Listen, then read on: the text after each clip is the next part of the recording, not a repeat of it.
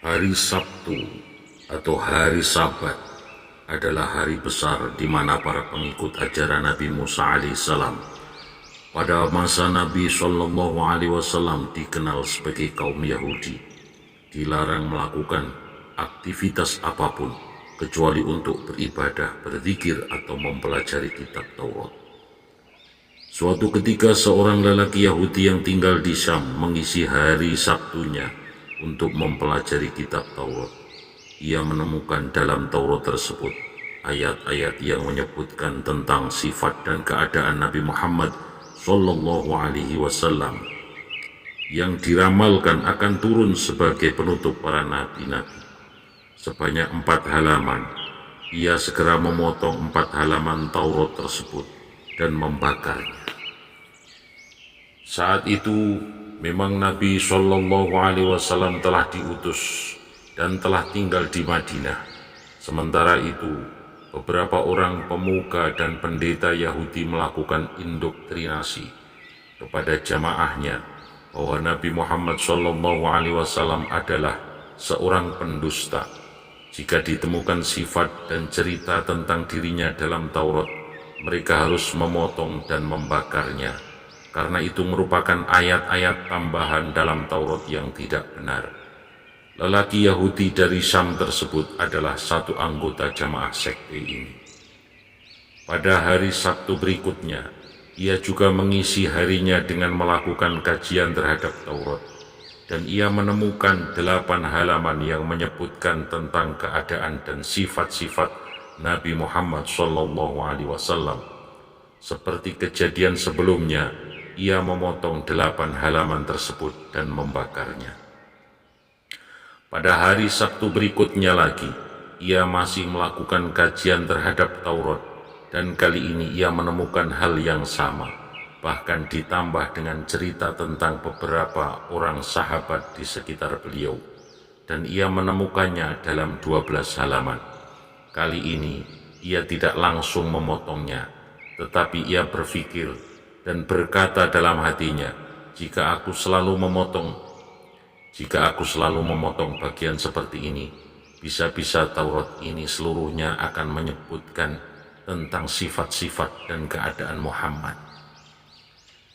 Tentunya kita tidak tahu pasti apakah memang kandungan Taurat seperti itu, atau memang Allah Subhanahu wa Ta'ala telah menggiring lelaki Yahudi kepada hidayahnya, sehingga setiap kali dipotong akan muncul secara ajaib mukjizat pada halaman lainnya, lebih banyak dan lebih lengkap tentang keadaan Nabi Muhammad SAW. Tetapi 3 kali pengalaman kajiannya tersebut telah memunculkan rasa penasaran dan keingintahuannya yang besar kepada baginda Nabi SAW. Bahkan dengan 3 kali kajiannya tersebut, seakan-akan sifat-sifat dan keadaan beliau telah lekat di kepalanya dan seperti mengenal beliau sangat akrab. Ia datang kepada kawan-kawan Yahudinya dan berkata, "Hei kawan-kawan, siapakah Muhammad ini?" "Oh, ia itu seorang pembohong besar yang tinggal di Madinah.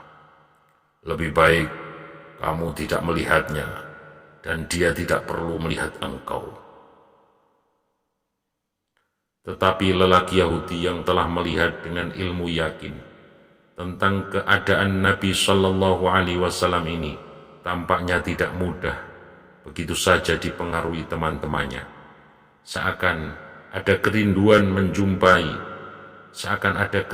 menggumpal kepada sosok Muhammad yang belum pernah dikenal dan ditemuinya itu. Kerinduan yang memunculkan kegelisahan yang tidak akan bisa hilang kecuali bertemu langsung dengan sosok imajinasi dalam pikirannya tersebut. Ia berkata dengan tegas, "Demi kebenaran Taurat, janganlah kalian menghalangi aku untuk mengunjungi Muhammad." Dengan tekad yang begitu kuatnya, teman-temannya itu tak mampu lagi menghalangi langkahnya untuk bertemu dengan Nabi Shallallahu Alaihi Wasallam di Madinah. Lelaki Yahudi ini mempersiapkan kendaraan dan perbekalannya dan langsung memacunya mengarungi padang pasir tanpa menunda-nundanya lagi. Beberapa hari berjalan, siang dan malam terus saja berjalan, hingga akhirnya ia memasuki kota Madinah. Orang pertama yang bertemu dengannya adalah sahabat Salman Al-Farisi. Karena Salman berwajah tampan dan mirip gambaran yang diperolehnya dalam Taurat, ia berkata, "Apakah engkau Muhammad?" Salman tidak segera menjawab. Bahkan segera saja ia menangis mendapat pertanyaan tersebut, sehingga membuat laki-laki Yahudi ini terheran-heran. Kemudian Salman berkata, "Saya adalah pesuruhnya." Memang hari itu telah 3 hari Nabi Shallallahu Alaihi Wasallam wafat dan jenazah beliau baru dimakamkan kemarin malamnya, sehingga pertanyaan seperti itu mengingatkannya kepada beliau dan membuat Salman menangis. Kemudian lelaki Yahudi itu berkata, "Di manakah Muhammad?" Salman berpikir cepat. Kalau ia berkata jujur bahwa Nabi Shallallahu Alaihi Wasallam telah wafat, mungkin lelaki ini akan pulang. Tetapi kalau ia berkata masih hidup, maka ia berbohong. Salman pun berkata, "Marilah aku antar engkau kepada sahabat-sahabat beliau." Salman membawa lelaki Yahudi tersebut ke masjid. Di sana para sahabat tengah berkumpul dengan keadaan sedih. Ketika tiba di pintu masjid, lelaki Yahudi ini berseru agak keras, "Assalamualaikum ya Muhammad." Ia mengira Nabi Shallallahu Alaihi Wasallam ada di antara kumpulan para sahabat tersebut. Tetapi sekali lagi ia melihat reaksi yang mengherankan. Beberapa orang pecah tangisnya, beberapa lainnya makin sesenggukan, dan kesedihan makin meliputi wajah-wajah mereka. Salah seorang sahabat berkata, "Hai orang asing, siapakah engkau ini? Sungguh engkau telah memperbaharui luka hati kami. Apakah kamu belum tahu bahwa beliau telah wafat 3 hari yang lalu?" Seketika lelaki Yahudi tersebut berteriak penuh kesedihan, "Betapa sedihnya hariku, betapa sia-sia perjalananku.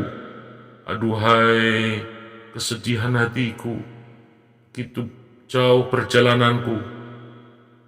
Andai saja aku tidak membaca Taurat dan mengkajinya. Andai saja dalam membaca dan mengkaji Taurat aku tidak pernah menemukan ayat-ayat yang menyebutkan sifat-sifat dan keadaannya. Andai saja aku bertemu dengannya setelah aku menemukan ayat-ayat Taurat tersebut, tentu tidak akan sesedih ini keadaanku." Lelaki Yahudi tersebut menangis terseduh-seduh, tenggelam dalam kesedihannya sendiri, seakan teringat sesuatu. Tiba-tiba ia berkata, "Apakah Ali berada di sini, sehingga ia bisa menyebutkan sifat-sifat kepadaku?" "Ada," kata Ali bin Abi Thalib sambil mendekat kepada lelaki Yahudi tersebut. "Aku menemukan namamu dalam kitab Taurat bersama Muhammad. Tolong engkau ceritakan padaku ciri-ciri beliau." Ali bin Abi Thalib berkata, "Rasulullah Shallallahu Alaihi Wasallam itu tidak tinggi dan tidak pendek. Kepalanya bulat, dahinya lebat, kedua matanya tajam, kedua alisnya tebal. Bila beliau tertawa, keluar cahaya dari sela-sela giginya. Dadanya berbulu, telapak tangannya berisi, telapak kakinya cekung, lebar langkahnya, dan di antara 2 belikat beliau ada tanda khatamun nubuwah." "Engkau benar, wahai Ali," kata lelaki Yahudi tersebut. "Seperti itulah ciri-ciri Nabi Muhammad yang disebutkan dalam kitab Taurat. Apakah masih ada sisa baju beliau sehingga aku bisa menciumnya?" "Masih," kata Ali. Kemudian ia meminta tolong kepada Salman untuk mengambil jubah Rasulullah Shallallahu Alaihi Wasallam yang disimpan Fatimah Az-Zahra, istrinya dan putri kesayangan Nabi Shallallahu Alaihi Wasallam. Salman segera bangkit menuju tempat kediaman Fatimah. Di depan pintu rumahnya, ia mendengar tangisan Hasan dan Husain, cucu kecintaan Rasulullah Shallallahu Alaihi Wasallam. Sambil mengetuk pintu, Salman berkata, "Wahai tempat kebanggaan para nabi, wahai tempat hasad, wahai tempat hiasan para wali. Siapakah yang mengutuk pintu orang yatim? Fatimah menyaut dari dalam.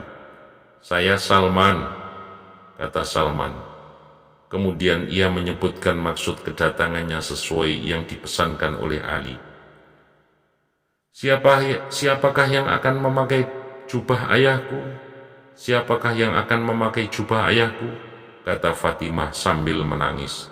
Salman menceritakan peristiwa berkaitan dengan lelaki Yahudi tersebut.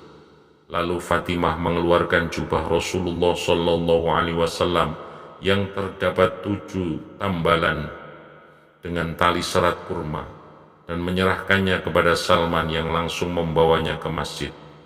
Setelah menerima jubah tersebut dari Salman, Ali menciumnya diiringi haru dan tangis hingga sembab matanya. Jubah Rasulullah SAW tersebut beredar dari satu sahabat ke sahabat lainnya yang hadir. Mereka menciumnya dan banyak yang menangis karena haru dan rindu kepada Nabi SAW, dan terakhir jatuh ke tangan lelaki Yahudi tersebut. Lelaki Yahudi ini mencium dan mendekap erat jubah Nabi SAW dan berkata, betapa harumnya jubah ini. Dengan tetap mendekap jubah tersebut, lelaki Yahudi ini mendekat ke makam Rasulullah SAW.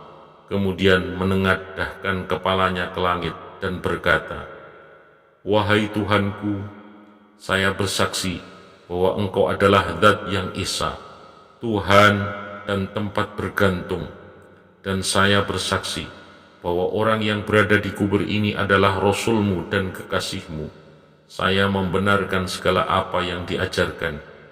Wahai Allah, jika Engkau menerima keislamanku, maka cabutlah nyawaku sekarang juga.